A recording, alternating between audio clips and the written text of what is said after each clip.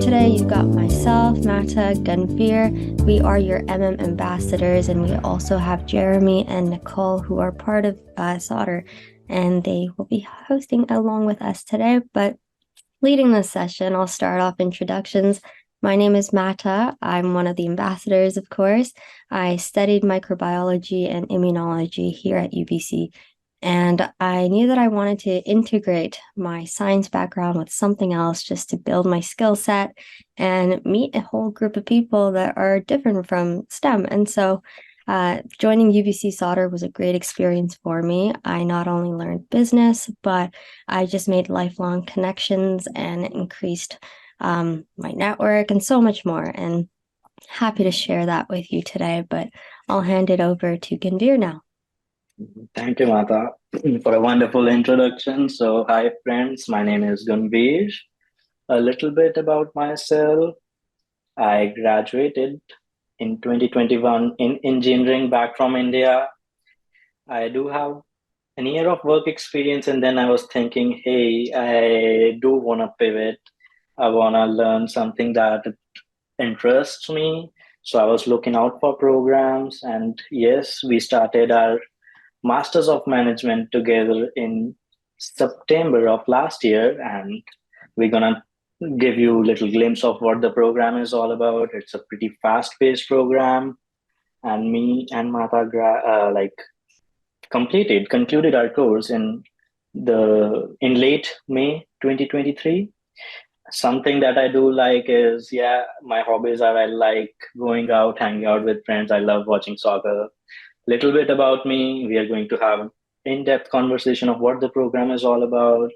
So don't worry, feel free to put your questions in. And can we have the next slide, please? All right. So we just give you a little bit about ourselves. We'll really encourage you to come on camera and speak on your background, what your education background is, and what your hobbies are, and what are your short-term goals and long-term goals. So any volunteers?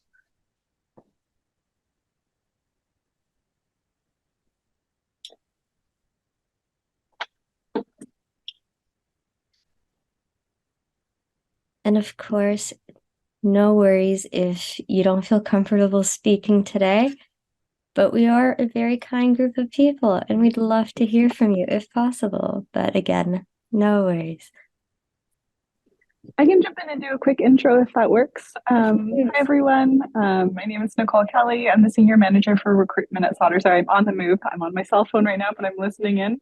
I support the various different programs offered at RHL, but I'm calling in from Vancouver today. I'm looking forward to hearing from a lot of you. I know Mata and Gunvir are really eager to hear your questions and get to know your interest, maybe your academic background, and what you're looking to get out of a program like this. So yeah, nice to meet everyone. Thank you, Kelly. Great. Anyone else want to introduce themselves? Samuel, let's go. Hi, my name is Gloria. Hello, can you hear me? Gloria, we can. Yeah, my name is Gloria, and sorry, I'm speaking from Nigeria. I'm actually very much interested to know what it's all about to go to the school there, because I'm trying to apply for an HR management course. So I want to know a lot what it entails and the rest. So I'm so interested in knowing what the school can offer. And most especially, I want to know if also help with visa processing, because I'm actually calling from Nigeria and I would like to school in Canada. So do you help in the visa processing? Interesting. And one last question also for work permit. Do I get a work permit when I get there? Because I would like to work one student. Perfect. Yeah, we'll answer all your queries by the time we get to the QA section, but thank you for a wonderful introduction. We'll keep your questions in mind, and we just encourage everyone to send in our questions. It's a no judgmental zone, so feel free. And next person, Samuel, would you like to introduce yourself? Sure. My name is Samuel Baker. I just graduated high school back in May, and I am in my first year at UBC in the Faculty of Arts. I saw a little bit about this program last year when I was initially applying, but I didn't end up applying. I'm not really sure why, but the more I've looked into it, it seems like a very cool and interesting thing to do that really fits my personality and career goals. Interesting, yeah. That's great. And if you also do end up attending some of the recruitment events, like MM specific, I believe hosted by Natalie, she also talks about like even if you don't apply for the MM dual in high school, there's still opportunity to do it during your undergrad as well. So you probably attended, or if not, then you can also attend that for more information. But great to have you here today. Anybody else want to go and introduce themselves? Hi. Oh, you can go ahead. You go ahead. Oh, Since you're already there. I'm Catherine, and I'm a current senior down in like the Seattle area. And I guess I'm just interested in this because I think it's a really great program. And I guess one of my hobbies would be cooking and softball. Well, Thank you, Catherine. All right, Prashant, you can go next. Yeah, myself, Prashant Singh. Well, I have a quick question. Like, I have already completed my master's in agricultural engineering from University of Manitoba, Canada. And I was wondering, like, is there some kind of agri-business thing which I can, like, take admission, not take admission, maybe I can have a post-career after MBA from UBC? All right, we can address those questions at the QA session, and Nicole can jump in as well. She is our recruiting manager. But Yeah. yes, Masters of Management, if you're interested, it will give you a whole wide scope of different industries. Agricultural is one of them, and we can talk more on that in the QA section. Yeah, the agriculture, like agri-business management thing. All right, we can talk on that as well. Thank you, Thanks. Prashant. All right, any more introductions? Yeah, hi. Hi, my name is Elise. I graduated in 2022. Right now, I'm like a skier / dancer, so not school, but I'm applying for the film production and Master of Management when I come to UBC. So yeah. Awesome. And thank you for having me. Thank you, Lisa.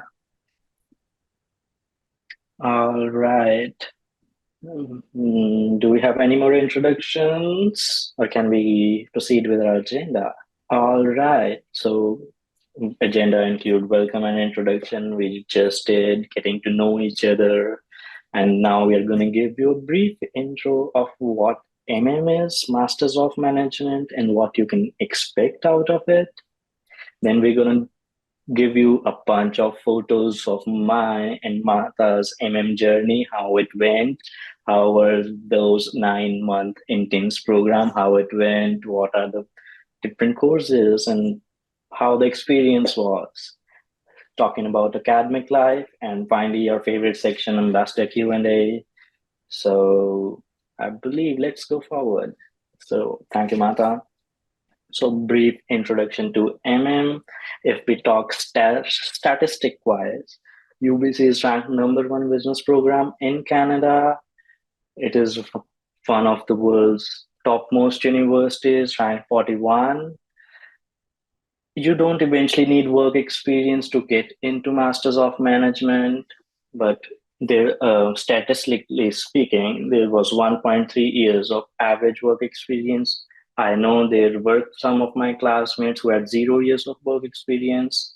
Some have had 2+ years of work, some got 2 years of work experience. But if you don't have any, don't worry about that. You can still work on your profile in different ways. So yeah, that is something good. So UBC employment stats, as you can see on the bottom left, 75% MM students were employed within 90 days of conclusion of the program. around 63-64K was the average salary that they got, and the salary range was ranging between 40K to 105K, which is pretty much. So it all depends on you. Where can you land? How good of a job you do. So some of the employers that are listed where they are really, I believe, really impressed by Sauder's Masters of Management program, BMO, Deloitte, Nestle. These are some of the few big names. And there are a variety of rules that you can get into. Like I said, it's a generic program. So once you conclude your degree, it gives you access to various domains in various industries. So it is not only restricting yourself that, hey, if you only want to get into, because, okay, I'm working in healthcare as a business analyst. Some of my friends are working in fintech. Some of my friends are working in consultancy. So yeah, a wide range of options to choose from. At end of the day, it should align with what your goals are. So Masters of Management is eventually a 9-month long program, and plenty of courses and subjects which they cover. Like me and Mata ended up studying more than like 25, 26, 27. I don't remember the count, but yeah, too much subjects ranging from accounting, economics, a two-party negotiation, entrepreneurship. And these subjects are pretty fun, but one thing you should expect in a business school is, yes, lots and lots of assignments, individual assignments, then group assignments where you collaborate with the set of people to deliver a project. And yes, this is one of the beauty of the program, that in every course you take, there are different set of people you collaborate with.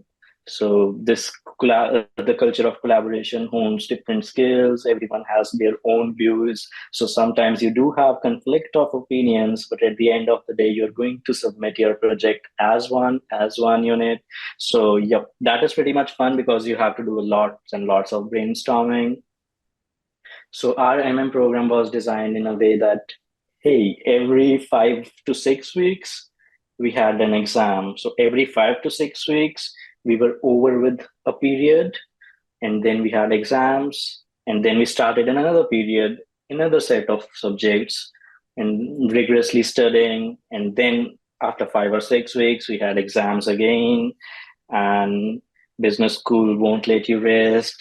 You will kind of have to lose on your sleep sometime, but yes, it is worth it. Most of the people of our program are in very good places right now. If you want to check how the alumni from the program are doing, they're really doing great. So yeah, it is an intense program, but if you love challenges, this program is for you. So just a look. Yeah, please, Mata. I think I'll add something as well. I know it sounds very intensive taking 24, and yes, Gunvir might have felt like 27 courses, but we do take 24 courses over the 9 months. And I think something that really stood out to us when we first got in there was just how collaborative everyone was and how helpful it was. The thing is, you're not on your own, especially if you do not have a business background. It may feel daunting going into business school, but the professors understand, the school understands. They provide tutoring, sessions to help you learn the material and practice and ask questions. And so there's so many opportunities for you to just stay on track and excel. And so definitely it is very worth it, I would say, not biased, but just a great experience overall. And yeah, you'll be very great at it. Should we go to the next slide, Gunvir? Anything else to add to this?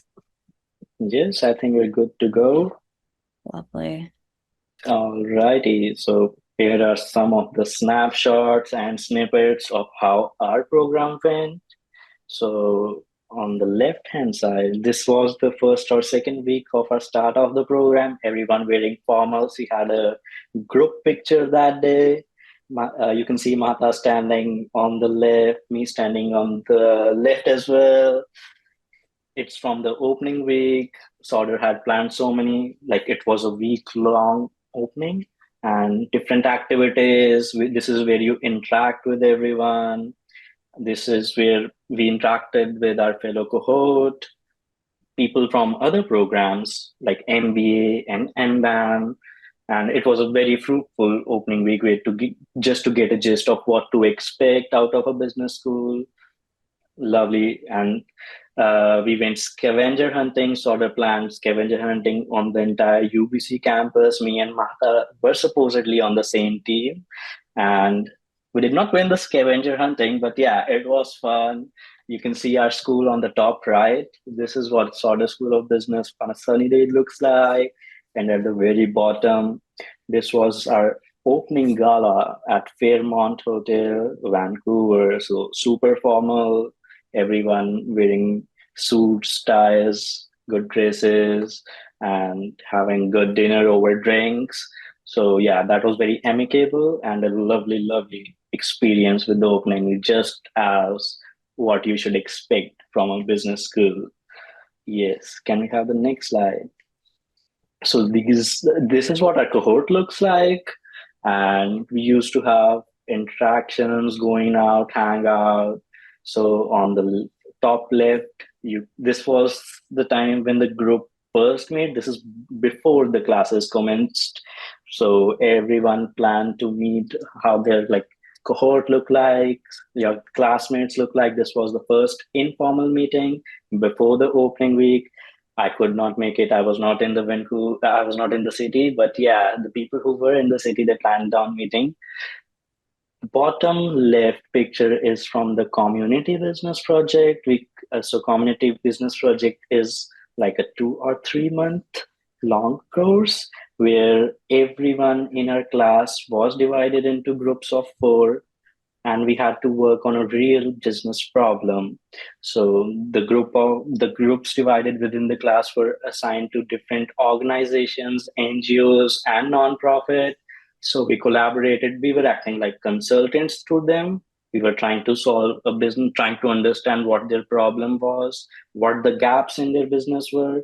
And then at the end of the day, we had to do a very formal consulting presentation for them in order for them to resolve their gaps, or how can they do any better with their business. So this did give us a very good gist of how businesses work in Canada.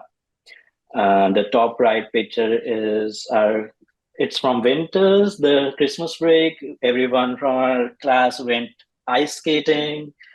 It was my first time. So yeah, we have this sessions all along, and the bottom right picture is the entire view, the picture of our class. This is what our cohort used to look like, and yeah, super fun. And then at the end, so this is actually our first group photo, and at the end we'll show you our last group photo, and you can see if we all look very different. All right, thanks, Gunvir. And yeah, some of the hangouts we've done. So we all went on the trail in Pacific Spirit Park, which you can see on the left hand side. The center picture, we went on a very, very fancy Thai restaurant after the ice skating session. So it was all good. On the right hand side, you can see everyone. So one of the things that I really appreciate about Sauder, not only get to academically learn, but also culturally integrate yourself into different cultures. This is when we celebrate the Chinese New Year. We celebrated different festivals throughout the year. So a lot more interaction and getting to know, okay, what those cultures are, which is always an enriching experience. all right.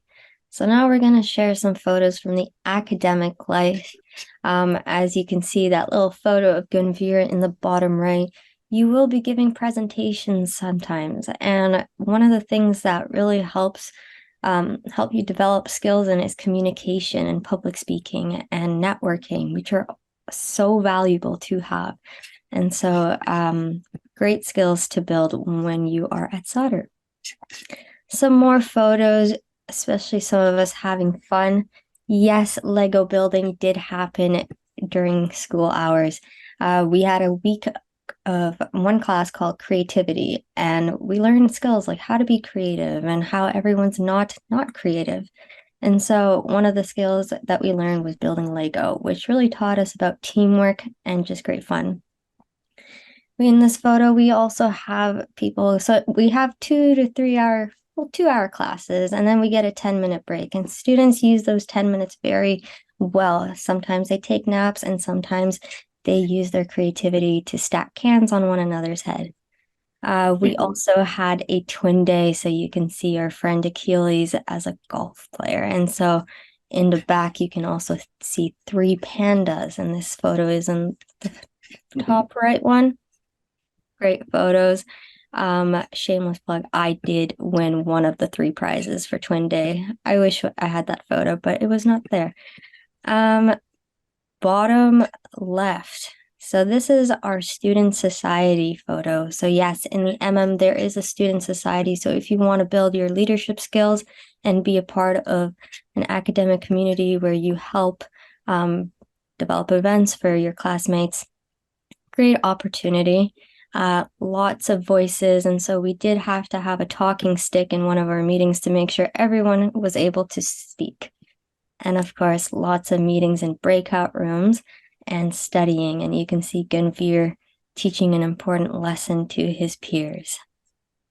Yeah, I would just like to add one more thing here. So these breakout rooms you see on the bottom picture, both on the left and right, these are the most useful and handy tools. So when you need to collaborate on group projects after class, you just book one of these breakout rooms and you just end up spending 3-4 hours in there brainstorming, collaborating. And these are really, really, really useful because it's a very creative space. So you have a screen to yourself, you have the board to yourself, and you have a table to yourself, and then everyone sits on and brainstorm on how you want to take course of the project that has come in, or how do you want to conclude the project that you've been assigned. So lots and lots of ideas. This is a platform where you share lots of ideas. And believe me, the time went so fast once you book those breakout rooms because, oh, the program, we said it intense, but it's pretty fun. So lots of memories coming in from the breakout rooms, and it's a very creative space. Absolutely. And finally, our very last group photo. And we will have another group photo because even though you finished the program at the end of May, your graduation is in November. So it's a great opportunity for you to come back and see your best friends again. We did get matching sweaters to remember our time at Sauder. And I think one thing that I did want to note is that everyone at Sauder, the cohort is extremely diverse. There is a great distribution of international and domestic students. And there's also a very diverse population in terms of your academic background. You might think that, oh, we're at business school, everyone knows business. But if I have the stats correct, it's like 30% science, 30% engineering, and others like arts and humanities. And so you have all these different broad perspectives that come into the program, and you learn so much from one another. And I think that's so valuable because although you do have courses in econ and accounting and finance, you'll also have courses in statistics. And we also had a Python class. And so that's why, for example, those that study computer science were so helpful in that class. And we also had courses in leadership and two-party negotiations and organizational behavior. So that's more also on the arts end and people skills. And so just a great distribution of courses that you will learn from, and people and everyone is so supportive. So overall, you leave as somewhat of a new person. So if we do look different in this photo, it's because we've been shaped to be just different people in the best way possible. So that's it for the pictures that we had, and we'd be happy to answer any questions at this time. For a little Q&A, you may have some questions on our experience or recruitment, admissions, and so if we can answer those, we will, and if we can outsource as well. And Gunvir, maybe also you can add a link for our coffee chats. And so Absolutely. You're all welcome to book an appointment to have a coffee chat with us if you do have any lingering questions after this session. All right, so now we're just going to open the floor to a little Q&A. So Feel free to ask any questions that you may have, and I'll stop screen sharing. All right, who's gonna go first? You feel free to ask any on how our experience was, what were the things that we found like difficult, and how challenging it can get, what are our favorite subjects, and anything if you want to ask about student life, academic, or how the places, the campus, the city. We'd be more than happy to address any of those questions. All right, we do have our first question from Natalie. Martha, would you want to take this first? What was your favorite course, professor, and why? I had several favorite courses. I think one of my favorite courses was leadership. You hear about leadership and you develop those skills as you go, but you never really get taught that information in a classroom setting. And so understanding how different leaders either succeed or fail was very valuable. And another favorite course of mine was supply chain management. I ended up really liking that. The professor was incredible. And he had a math background, but he really taught it in a way that was very easy and just very interesting as well. And it's very important information as well in terms of our economy. Gunvir, what were your favorite courses? Yeah, so I think I absolutely loved two-party negotiation. So just to give a little context how it worked. So it was a formal course on how to negotiate. Like I was like, okay, they're gonna teach us this. What are we going to learn? But wow, it was so wonderful. At the end of the class, we had mock negotiation with our classmates. So the professor provided each of us with a situation. One person is going to be a buyer, the other one is going to be a seller, and the context was different every time. Are going to negotiate on if you want to sell a land to a hotel or not. You're going to negotiate on if you want to sell that red beetle of yours. If you're going to really buy that watch, how are you going to negotiate it? What are the terms, and how cleverly you can frame your answers to get the negotiations kicking in. And to my surprise, there are different frameworks to that. Like what is a BATNA, best alternative to a negotiated argument? What is anchoring? Anchoring is something that your first call to what's the range of your negotiation? Can you even go this far with your negotiation? So yeah, that was a wonderful subject that taught me a lot of things and lots of role play activities. I also ended up loving a subject called entrepreneurship. So how can we deal with startups, and what should the split be in startup if you are a part of them? So at the end of the entrepreneurship class, it was a very lovely group project where we had to pitch in our startup idea to the class. So it was a group of four. Everyone pitched their startup idea to the professor and the class. And at the end of the program, everyone had to vote on what the best startup was. So learned a bunch of things from that as well. And I believe we have some questions kicking in the chat. So let's take some of those and let's see where the opinion goes. So Methapon is asking, for admissions, do I apply with Bachelor of Commerce or later on after admitted to the university? So Natalie or Nicole, would you like to take one of these questions?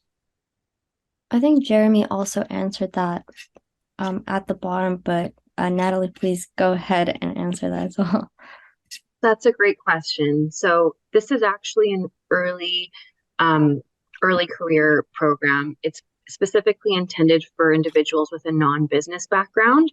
So if you have a background in sciences, arts, forestry, psychology, you name it. So, whether it's more of a STEM background or if it's arts and humanities, this is a great program because it gives you those important business fundamentals so that you can leverage your specialization and be more marketable in the workplace. So if you are coming from a commerce background, whether it's a commerce major or a minor, you're not going to be eligible for the program. If you've taken a couple business courses here and there, you could still be considered as eligible so long as you have under 6 courses or 18 credits or less, and you could still be eligible to take the program. So great question. Thank you. Thank you, Natalie. All right, so Catherine has to ask, do you think it's excessive to do a co-op in addition to this program? Have you done a co-op? Do you recommend them?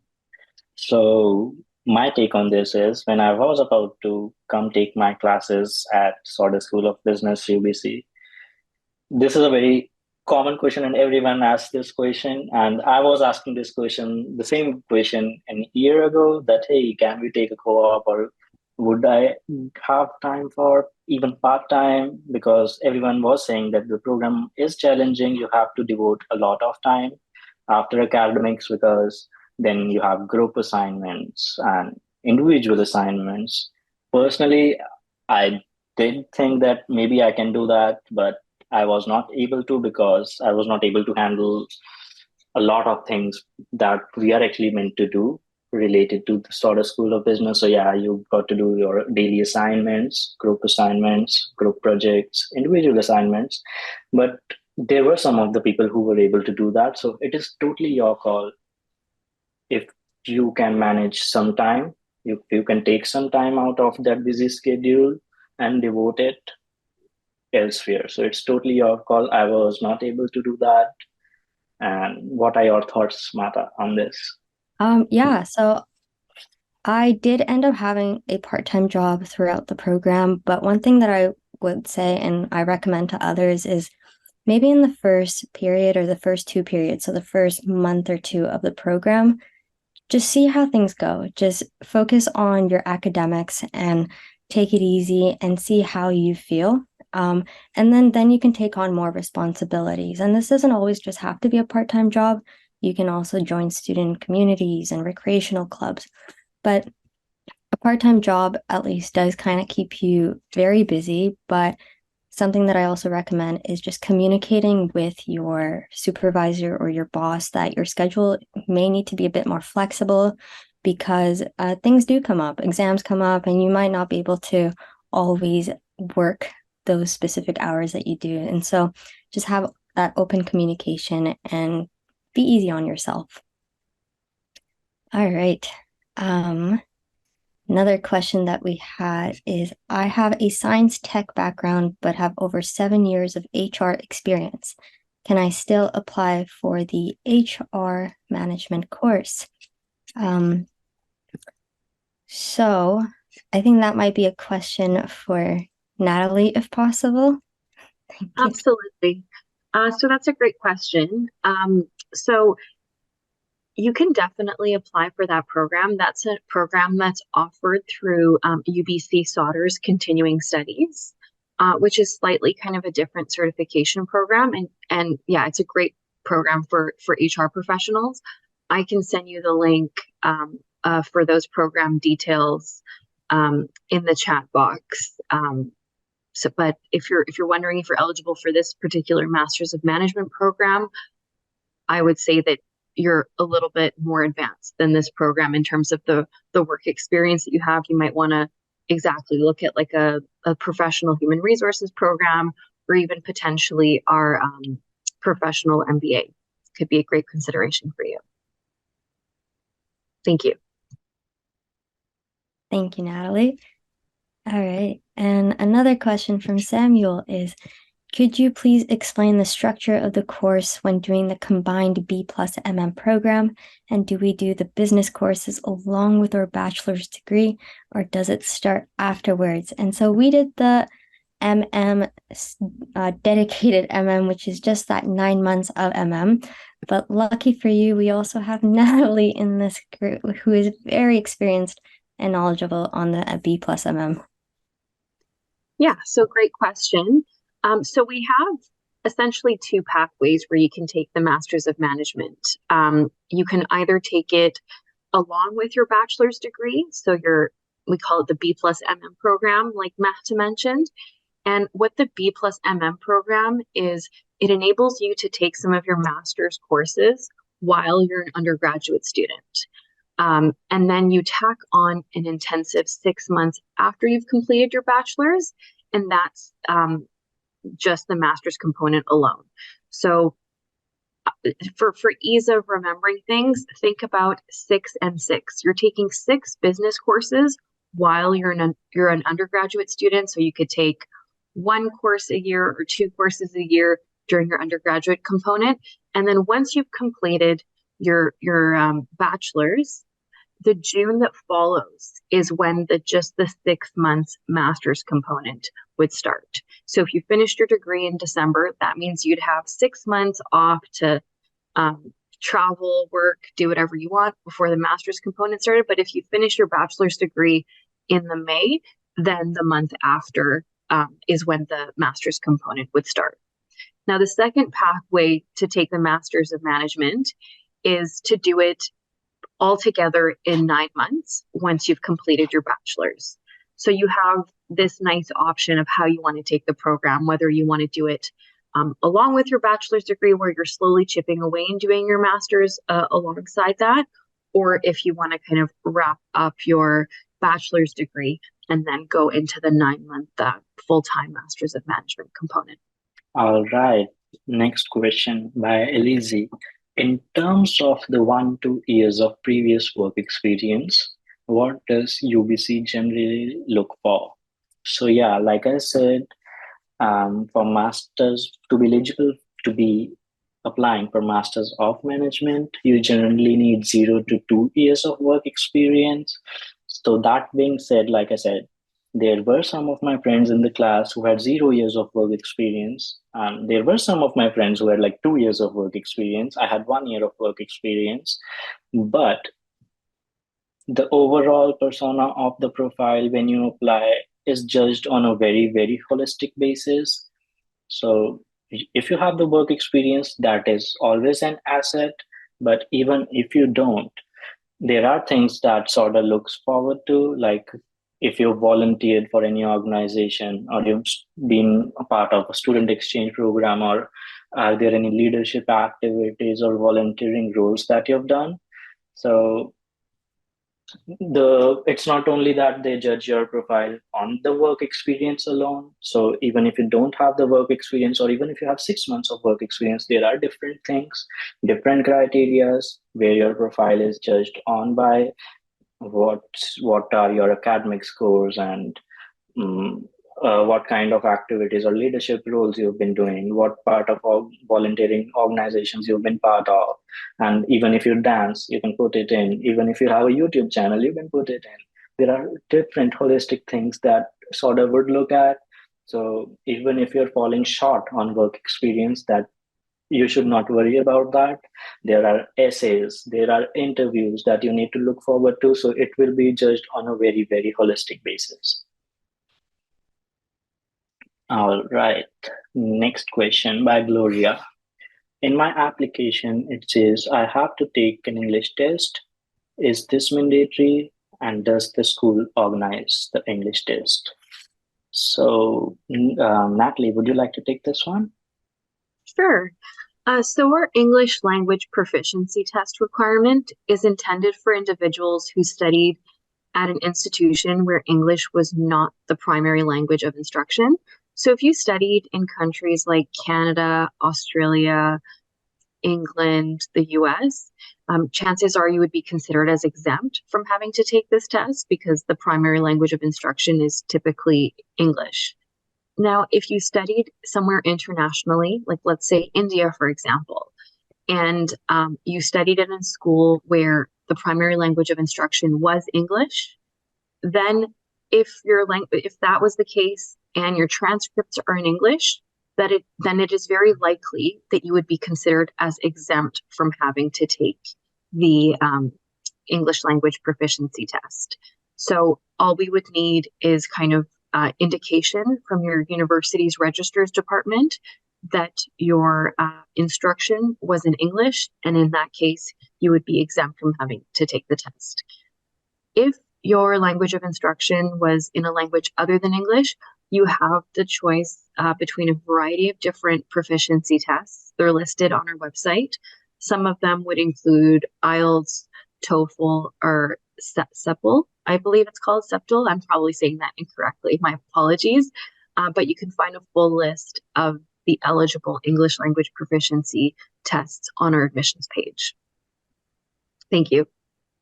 And yeah, just to add to that, like I am from India, and so when I was doing my engineering, the university I was doing my program from, the medium of instruction was English, so I was exempted from the English test because my university back in India, the medium of language was English. So if, like Natalie said, if the medium of instruction is not English, then there's a possibility that you need to take the test, else there's a huge possibility that you can get exempted from the test, English test. All right. Which year did you guys start this program? As well, which year would you suggest starting? So me and Mata started in September of 2022, and we concluded our program in like late May, early June 2023. And I think the suggestion part is very, very subjective. So I was like, okay, I do have an year of experience, and I think at that point of time it was the best for me to start the program based on what my resume was and what my background was. And so it's kind of totally subjective, but we encourage you to start early if you have a strong application. Gloria, do I get a work permit? So yes, you would get a work permit after conclusion of the program, irrespective of you having a job or not. Everyone gets after this program. So most of my friends have been getting 1 year of work permit. And yes, it is a fairly easy process to get this if you graduate from Sauder School of Business, which is kind of very reputed here. So yeah.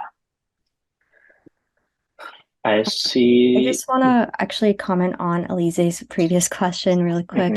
In terms of the year, there's different years that you can apply. For example, I applied a year after I had graduated from undergrad, and so I had that gap year. And then some apply right out of undergrad, and then some actually even took 2 to 3 years off, just to work or do something else. And so, it doesn't really matter, exactly like when you apply. There aren't too many restrictions as long as you meet those guidelines in terms of not more than like 2 years of work experience. So that's just a clarification I wanted to add to that. But sorry, Gunvir, go ahead. Thank you, Martha. All right. Then some of the couple questions have been addressed by Natalie. I see using the link, and then Gloria asked, can you recommend management course I can take?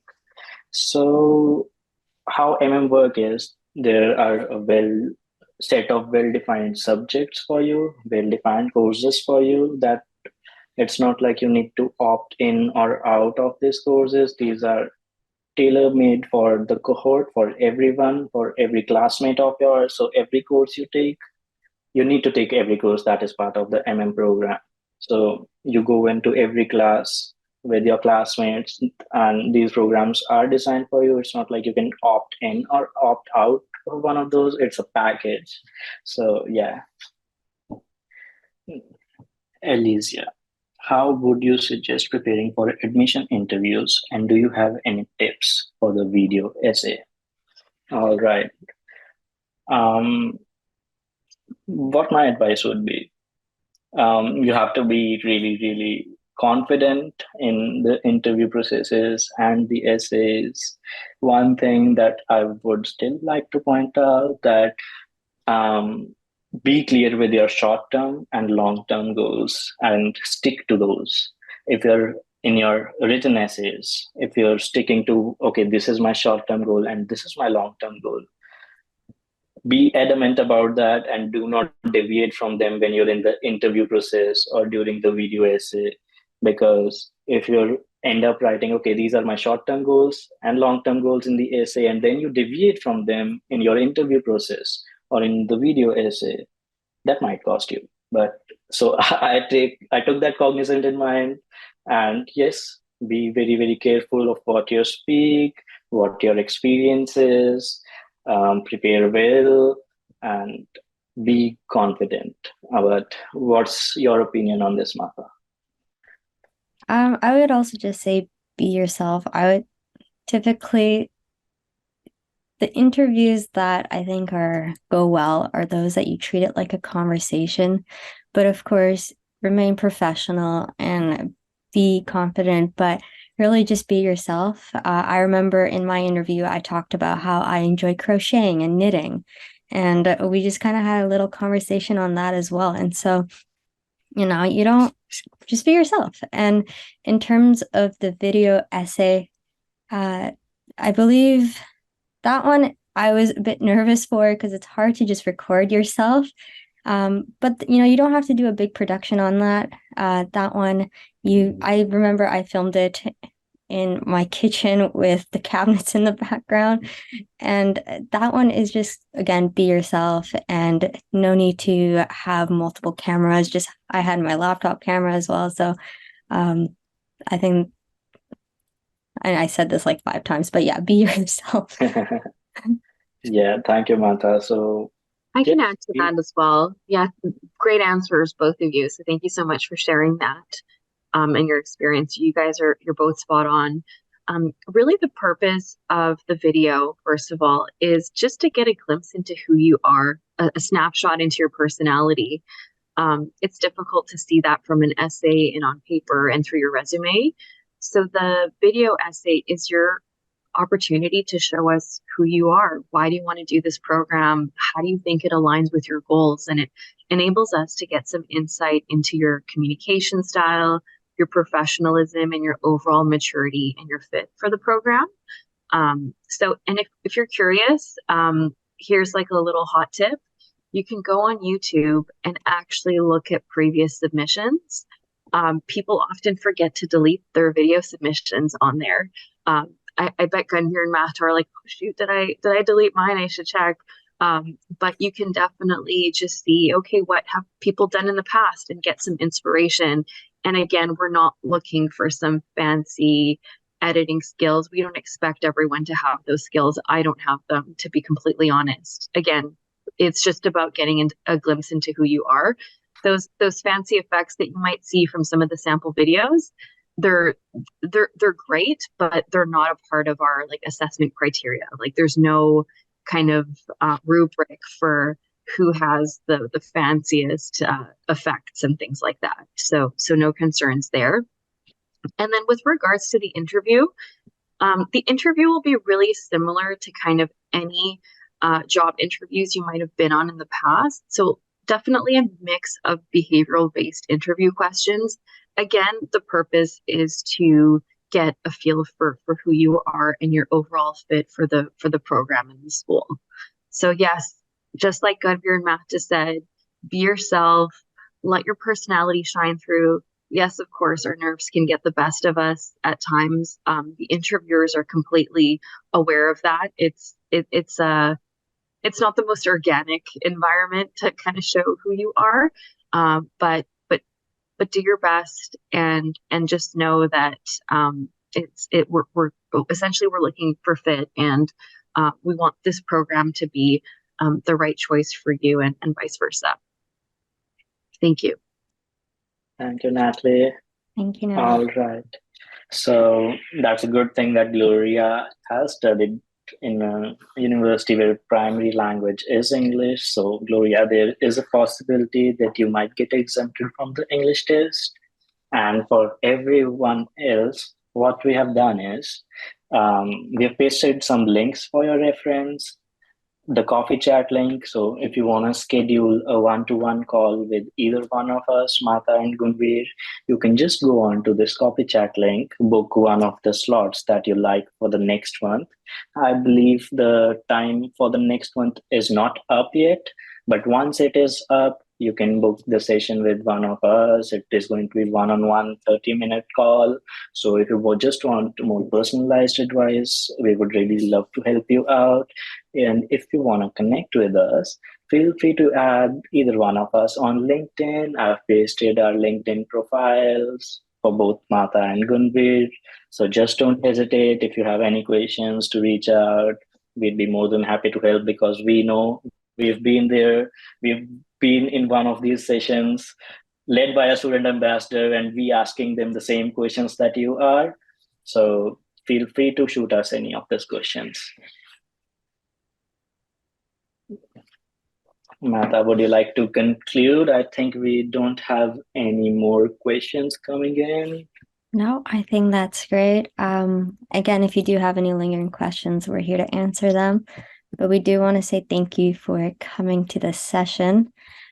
We appreciate your questions and your engagement. And also, yes, Jeremy posted a link as well to admissions office if you have any questions regarding those as well. So feel free to reach out. We are here for you, and we're looking forward to seeing you at UBC Sauder in the future. All right. So all the very best with your application process. It was lovely having you here, hosting you, everyone. I hope you have a good weekend to yourself, and best wishes. Good luck with your application.